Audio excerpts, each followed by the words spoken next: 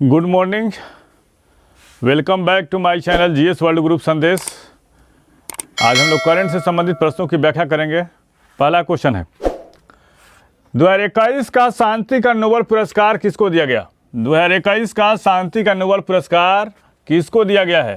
तो दिया गया है मारिया रेसा, ये फिलीपींस की रहने वाली हैं, और दिमित्री मुराटोव को दिया गया है, रूस का। और किसके लिए दिया गया है? पत्रकारिता के जरिए अभिव्यक्ति की स्वतंत्रता की रक्षा के लिए किए गए प्रयासों के चलते दिया गया है। इन दोनों ने निर्भीक पत्रकारिता किया।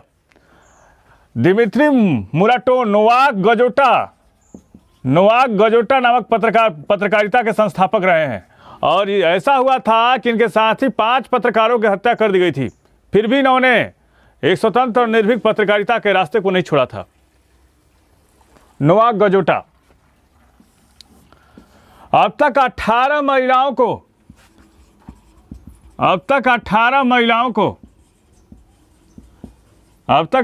महिलाओं को शांति का नोबेल दिया जा चुका है। शांति का नोबेल दिया जा चुका है। नोबेल दिया जा चुका है।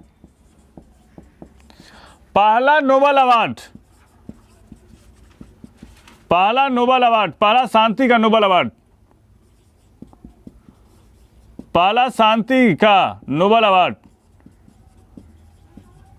अवार्ड प्रूदोम और फ्रेडरिक पेसी को दिया गया था।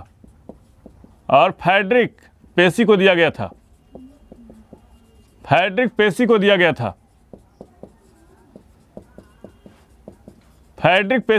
था। नोबेल के सारे अवार्ड, चिकित्सा, साहित्य, अर्थशास्त्र, ये सारे नोबेल अवार्ड दिए जाते हैं स्टॉकहोम में, लेकिन शांति का नोबेल अवार्ड जो है वो ओस्लो में दिया जाता है। ओस्लो कहाँ की राजधानी है? नॉर्वे की राजधानी है ओस्लो। और नोबेल अवार्ड कब दिया जाता है? 10 दिसंबर को दिया जाता है। शांति का नोबेल पुरस्कार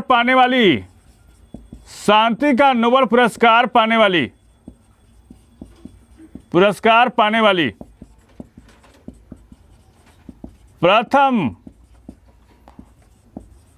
प्रथम मुस्लिम महिला शिरीन इबादी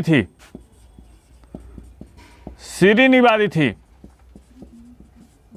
तथा सबसे कम उम्र में शांति का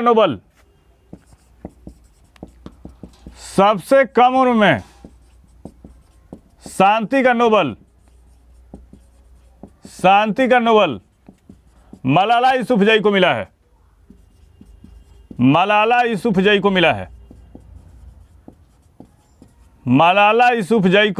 मिला है। नेक्स्ट क्वेश्चन पे आते हैं। वायुसेना दिवस कब मनाया जाता है? 8 अक्टूबर को मनाया जाता है वायुसेना दिवस। वायुसेना की स्थापना 1932 में की गई थी। 1932 में की गई थी। भारतीय वायुसेना के प्रति भारतीय वायुसेना के अदम्य साहस और उसके पराक्रम और बलिदान को याद दिलाने के लिए वायुसेना दिवस मनाया जाता है। और इंडियन एयरफोर्स दुनिया की चौथी बड़ी वायुसेना है। इंडियन एयरफोर्स दुनिया की चौथी बड़ी वायुसेना है। दुनिया की चौथी सबसे बड़ी वायुसेना है। दुनिया की चौथी सबसे बड़ी वायुसेना है। और वायुसेना दिवस गाजियाबाद के हिंडन एयरबेस से मनाया गया। गाजियाबाद के हिंडन एयरबेस पर मनाया गया।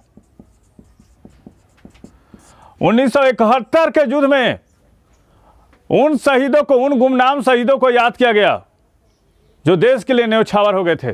उनको याद किया गया वायुसेना दिवस के अवसर पर। अभी इंडियन एयरफोर्स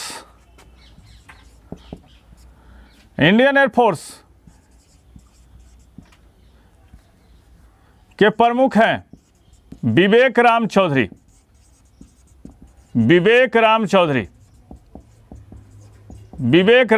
हैं। तीनों सेनाओं का अध्यक्ष जो होता है वो राष्ट्रपति होता है। तीनों सेनाओं का अध्यक्ष कौन होता है? वो राष्ट्रपति होता है। तीनों सेनाओं का अध्यक्ष कौन होता है? राष्ट्रपति होता है। राष्ट्रपति होता है। नेक्स्ट क्वेश्चन, भारत और ब्रिटेन के बीच संयुक्त सैन्य अभ्यास अजय वारियर का कौन सा संस्करण आयोजित हो रहा है? 6ठा संस्करण हो रहा है। और अजय वारियर जो एक्सरसाइज है 2013 से शुरू किया गया था। 2013 से शुरू किया गया था। इस एक्सरसाइज का उद्देश्य, इस सैन्य अभ्यास का उद्देश्य, इस सैन्य अभ्यास का उद्देश्य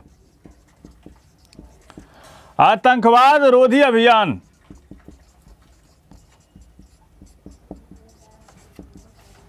आतंकवाद रोधी अभियान तथा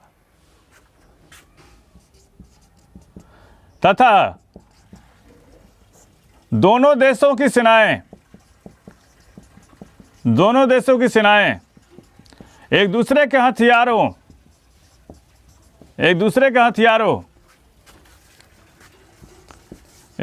हथियारों के बारे में जानने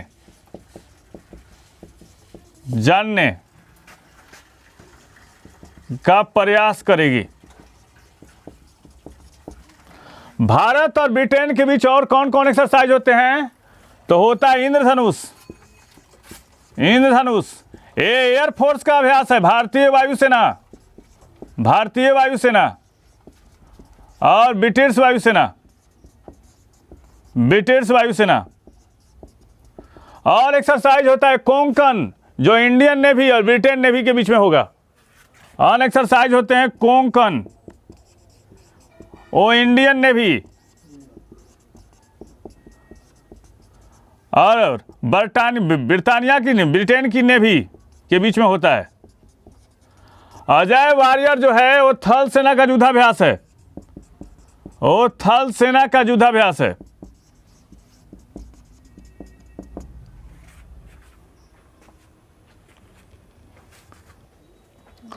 विश्व कुश्ती चैंपियनशिप में अंशु मलिक ने कौन सा पदक जीता है? तो विश्व कुश्ती चैंपियनशिप जो है ओस्लो में चल रहा है अभी। ओस्लो कहाँ की राजधानी है? नॉर्वे की राजधानी है। और अर्धरात्रि का सूर्य का देश किसको कहा जाता है? नॉर्वे को कहा जाता है। अर्धरात्रि का सूर्य का देश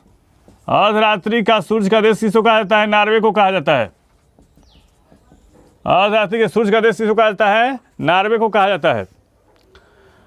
विश्व कुश्ती चैंपियनशिप में अंशु मलिक ने कौन सा पदक जीता? तो रजत पदक। और किस वर्ग भाग में? 57 kg वर्ग भार में जीता इसने। 57 kg वर्ग भार में जीता है। 57 kg वर्ग भार में जीता है। वह विश्व कुश्ती चैंपियनशिप में किसी भी वर्ग में रजत पदक पाने वाली प्रथम भारतीय महिला है। वह विश्व कुश्ती चैंपियनशिप में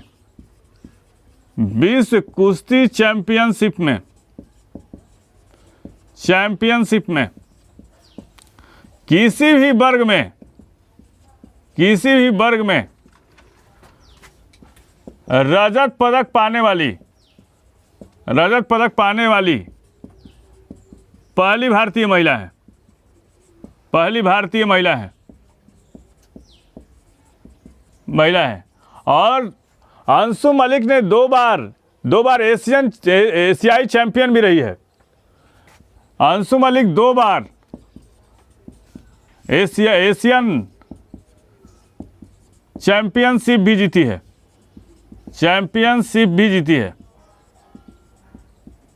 और सुशील कुमार एक ऐसे भारतीय हैं जो चैंपियन रह चुके हैं। सुशील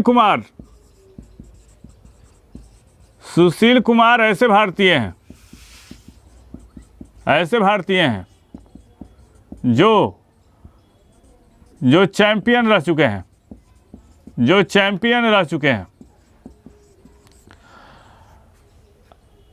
अंशु मलिक से पहले 5 भारतीय महिला पहलवानों ने कांस्य पदक जीता है। कौन कौन है? अलका तोमर, इन्होंने 2006 में जीता था। गीता फोगाट 2012 में, बबीता फोगाट 2012 में जीता था। पूजा ढांडा 2018 में, और विनेश फोगाट कब जीता 2019 में। नेक्स्ट क्वेश्चन पे आते हैं। आईसीसी द्वारा T20 वर्ल्ड कप के लिए अंपायरों के एलीट पैनल की घोषणा की है, उसमें कौन से, उसमें शामिल होने वाले एकमात्र भारतीय कौन है? नितिन मेनन है। आईसीसी के बारे में जानने की कोशिश करते हैं। आईसीसी, इसकी स्थापना 1909 में हुई थी। इसका आईसीसी का मुख्यालय है दुबई में, दुबई में है। आईसीसी का अध्यक्ष कौन है? Greg Barclay, Greg Barclay. ICC के सीईओ कौन है? मनु साहनी है, मनु साहनी। एशियाई क्रिकेट परिषद का अध्यक्ष कौन है? जय शाह। एशियाई क्रिकेट परिषद का अध्यक्ष कौन है? परिषद का अध्यक्ष कौन है? जय शाह। अध्यक्ष कौन है? कौन है? जय शाह है। बीसीसीआई के अध्यक्ष कौन है?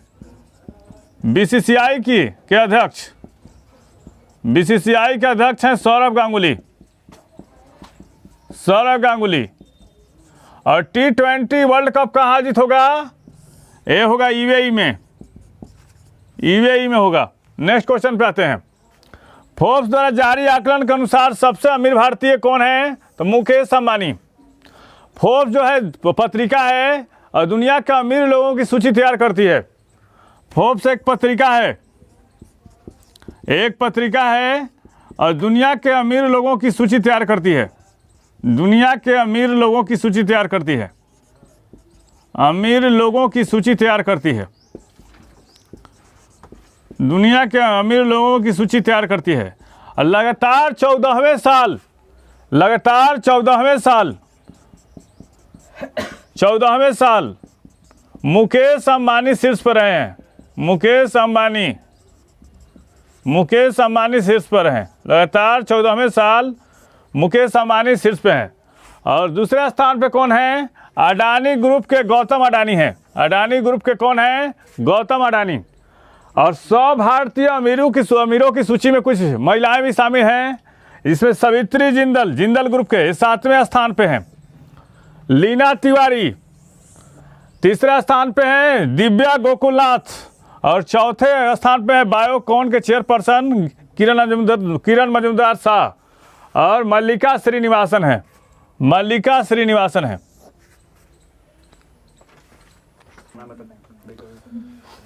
Tax inspector without borders programme ने भारत के साथ साझेदारी करने वाला देश कौन सा है? सेशेल्स है। और सेशेल्स कहाँ है? ये हिंद महासागर में पड़ता है, ये हिंद महासागर में पड़ता है सेशेल्स। और सेशेल्स अफ्रीका महाद्वीप का हिस्सा है, अफ्रीका महाद्वीप का हिस्सा है। सेशेल्स की राजधानी कहाँ है? विक्टोरिया। सेशेल्स की राजधानी कहाँ है? विक्टोरिया।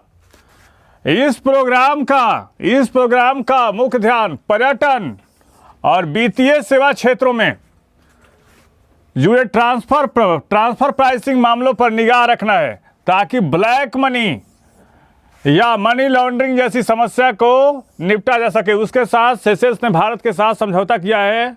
भारत ने सेशेल्स में जो कर के प्रावधान है उसके बारे में उसको बताने की कोशिश किया है, ताकि कर को सुनियोजित तरीके से लिया जा सके।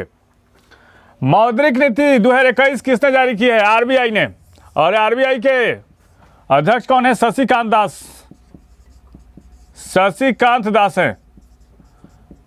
और ये 8वीं बार है, यह 8वीं